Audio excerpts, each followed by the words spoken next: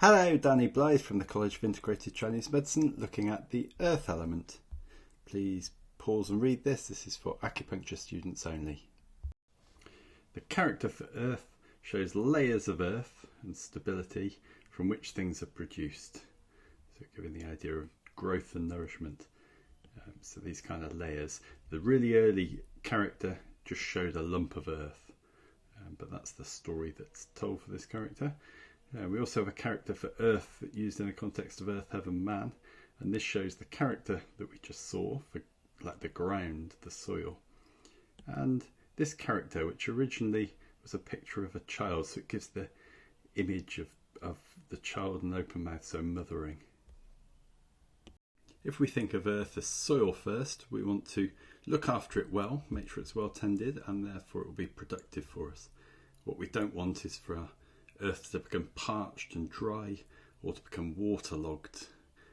So if you think of the digestive system as the earth element in your body, you need to look after your digestive system and it will be productive. If you don't, it can become dry and parched and hot, or it can become damp and waterlogged and obstructed.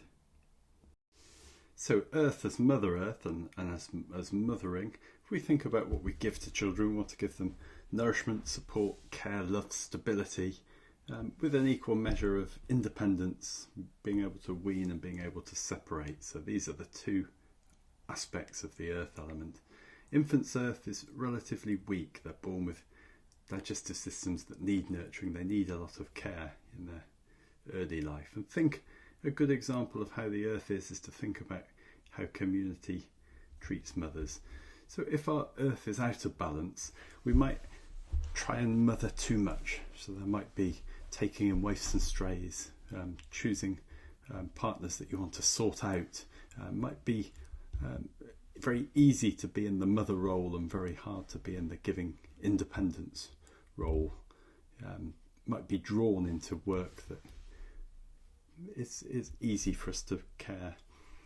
And conversely, this might be difficult to actually, find it hard to be moved by other people's suffering. Often if we think our own suffering is difficult, might feel awkward or uncomfortable giving, or might be locked more into logical thinking rather than emotional thinking.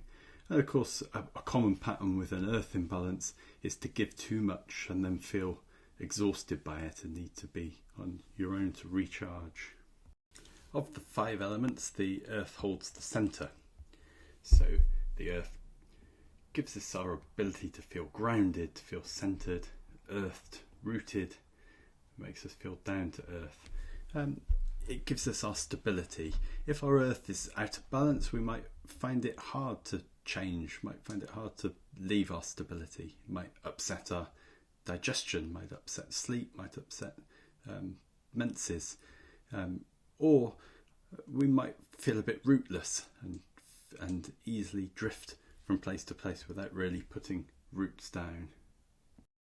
So our earth gives us our sense of belonging and being at the centre of it. It's our sense of community, our sense of family, sitting around and having a good gossip and being fully immersed in everybody else's lives is what earth gives us. So that might be very strong if our earth is out of balance, or we might feel like we're a bit alienated, not part of the group, not part of the community, if our earth is weak. If we look at the Chinese medicine classics, example Su Wen 4, we have some of the associations with the earth element at the centre: the mouth, the sweet taste, the number 5, flesh, and the power of harvest. Just as earth holds the place of the centre, the colour yellow associated with earth is the centre of the spectrum of visible light. And this is really important in China as the centre of civilization focused around the Yellow River, and it was considered an imperial colour. The sound of the voice associated with the earth element is singing. So this is singing or chanting, lots of change in pitch or lilting. So the sort of voice that we use when we talk to little children or we talk to little animals, and our voice changes pitch and moves up and down in a kind of sing-song way. The odour for the earth element is fragrant. The character shows grain drying in the sun. So This is like fermenting grain or beer, the smell of a cowshed, sweet, sticky, cloying.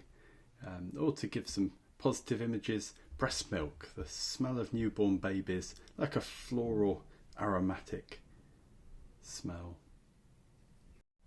The emotion associated with the earth is thought or reflection. So if we overthink, we can get too locked up in our head. If we start over-analysing and circular thinking and obsessing with ourselves, we can start to worry. And if that energy goes towards other people, we can start to over-sympathise and over-empathise and give all of our energy to everybody else. So the Suen said that if there's too much thought, then the chi binds or knots. So think of what worry can do to your digestive system. And the best expression of this emotion would be mindfulness. So if you think of what sympathy draws out in you, that's a good image of what the earth energy is like. If we give too much, we can get burnt out. If we can't find it hard to give out, then we might become detached and overly logical. If we need too much, we might become needy, we might become high maintenance, a hole that's never filled, or we might try and fill it with stuff or with food. Or we might find it very hard to accept sympathy and try and be overly independent. And the worst sort of sympathy is advice. So when our earth is in a good place, we're able to give support and nourishment to others. We're able to ask for it and take it in when we need it. And we can distinguish between when it's appropriate to look after our needs and when it's appropriate to care for others. If we look at the Shung engendering cycle of the 5 elements, we see that fire creates earth by feeding nutrients back into it, and the earth creates metal by hardening. So if we look at the seasons, the summer fire elements associated with the summer, autumn with the metal, and the earth takes the place of the late summer. So late summer primarily is about harvest and the time of plenty, about productivity. It's when the summer slows down and transitions and we get reduced growth and everything starts to yellow and ripen. So after this time of expansion and growth, things settle and allow nourishment before the rotting of autumn. So anything that's not harvested rots down and returns to the earth. So the earth element's about being productive, and its power is harvest. So this cyclical pattern of growth and harvest, of rest and giving, is really pivotal to healthy earth element, and bringing things to fruition. So sometimes if our earth isn't very good, we can have trouble bringing things to fruition, do all the hard work and then don't get any reward from it. Holding reserves of harvest and transformation. So as we've seen, that nourishment takes various forms. So first of all, with food, if our earth is well balanced, we get well nourished. If it isn't, we might be overnourished or we might get malnourished. We might have a bad relationship with food, might have a sensitivity to food. We also get our nourishment from our community through the care, support and kindness that we give each other. It's especially to do with our mothers and the early care and the early love and support that we get, which gives our earth a solid foundation. And also treats, being kind to ourselves, looking after ourselves is an important part of the earth element. So one of the keys of Confucius's teaching is benevolence. So this character shows a person and two. So two people, the interaction of people. So it gets translated as human-heartedness, kindness, fellow-feeling, humaneness. And this really is the heart of Confucius' teaching. So he basically taught ethics, social responsibility, self-development through study, and correct conduct with self, family and society. And this is so important in Chinese culture that it formed his teachings formed the basis of the imperial exams from the Han Dynasty, 200 BC to AD, basically, right up until 1911. So really fundamental to Chinese culture. The climate associated with the earth element is damp.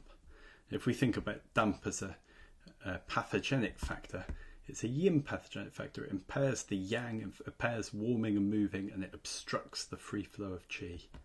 It's characterized by heaviness and dirtiness, and it's sticky and lingering in its nature.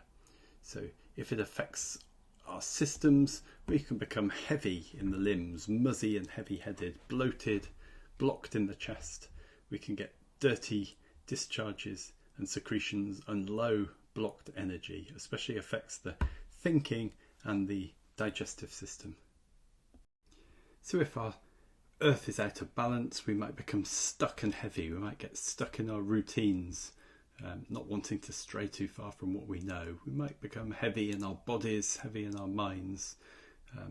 On the other end of the spectrum, we might become uncentered and unrooted, so easily wobbled, easy to knock off balance emotionally, in a state of kind of disaster or turmoil, and finding it very hard to gain equilibrium.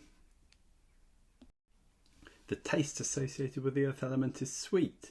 So we have the warm, neutral, nourishing sweets, which should form the basis of our diet. And these are the sort of things that we wean children on. So root vegetables, tubers, rice. And then we have the cool sweets, which is basically fruit, which is more cleansing, cooling, harmonizing.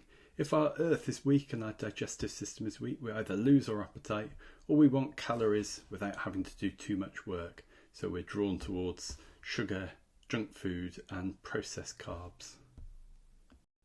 The body part is flesh. So if it gets deficient, we can get weak muscles, tired limbs, poor muscle tone, weak legs. If it gets damp and obstructed, we can get aching and heaviness in the muscles and weight gain. So as we've seen, some of the issues or difficulties with the earth element being out of balance is feeling supported, getting appropriate nourishment from various sources, feeling centered and stable in yourself, having mental clarity and being heard and understood. Thanks for making it all the way to the end. Here's some photo credits and references and further reading.